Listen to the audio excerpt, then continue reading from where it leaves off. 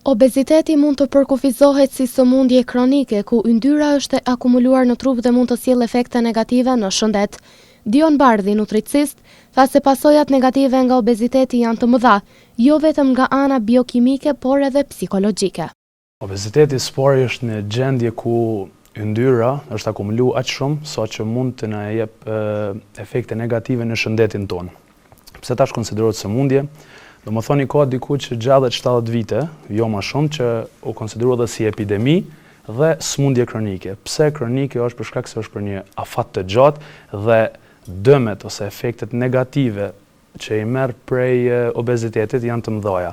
Këtu duke përfshi sindromin metabolike, që kemi më folë shka është, që përfshin me kolesterol, me hipertension e me gjana tjera, gjithashtu çrregullimet hormonale dhe kur një gjendje që dikur është një gjendje tash është sëmundje, jep përkeqësime shëndetësore, atëherë mund të konsiderohet si sëmundje. Jo mund, po tamam është sëmundje. Pse? Për shkak se sjell jo vetëm nga ana biokimike, jo vetëm nga ana fiziologjike, po edhe nga ana psikologjike, sjell dëme tek personat që posedojnë obezitetin, le ta themi mi posedu. Nutricisti Bardhi u shpreh se nëse marrim më shumë kalori se sa që shpenzojmë për një kohë më të gjatë, atëherë do të formohet mbipesha, duke vënë në theks edhe faktorët që ndikojnë në obezitet.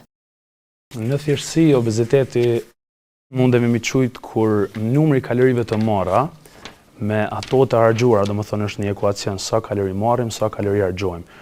Kur domethënë është surplus ose është pjesë pozitive, nëse marrim më shumë se sa që harxojmë, për një kohë të gjatë, le ta cekim, pastaj kemi me tregu pse për një kohë të shkurtër ne dy nuk i keni shtu një 2 kg, janë faktorë tjerë.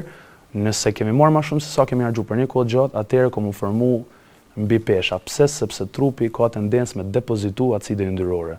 Acide yndyrore do të thonë adipocitet, qelizat yndyrore.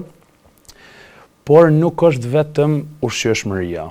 Normal, ekuacioni është i qëndrueshëm për shkak se është ligji i natyrës, që energjia as nuk shkatrohet, as nuk formohet, por vetëm ndron kohë, ndron qasje, ndron bëhet diçka tjetër.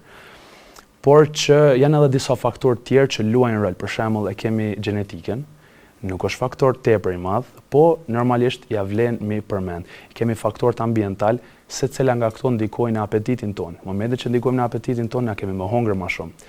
Momentin që ato ndikojnë në energji më të ulët, na kemi bë aktivitet më pak. Për shkak se jemi më të lodhën, ndihemi më të lodhën. Ushqyerja e shëndetshme dhe aktiviteti fizik janë komponent kryesor për parandalimin e obezitetit dhe mbajtjen e një mirëqenie të mirë me shëndetin.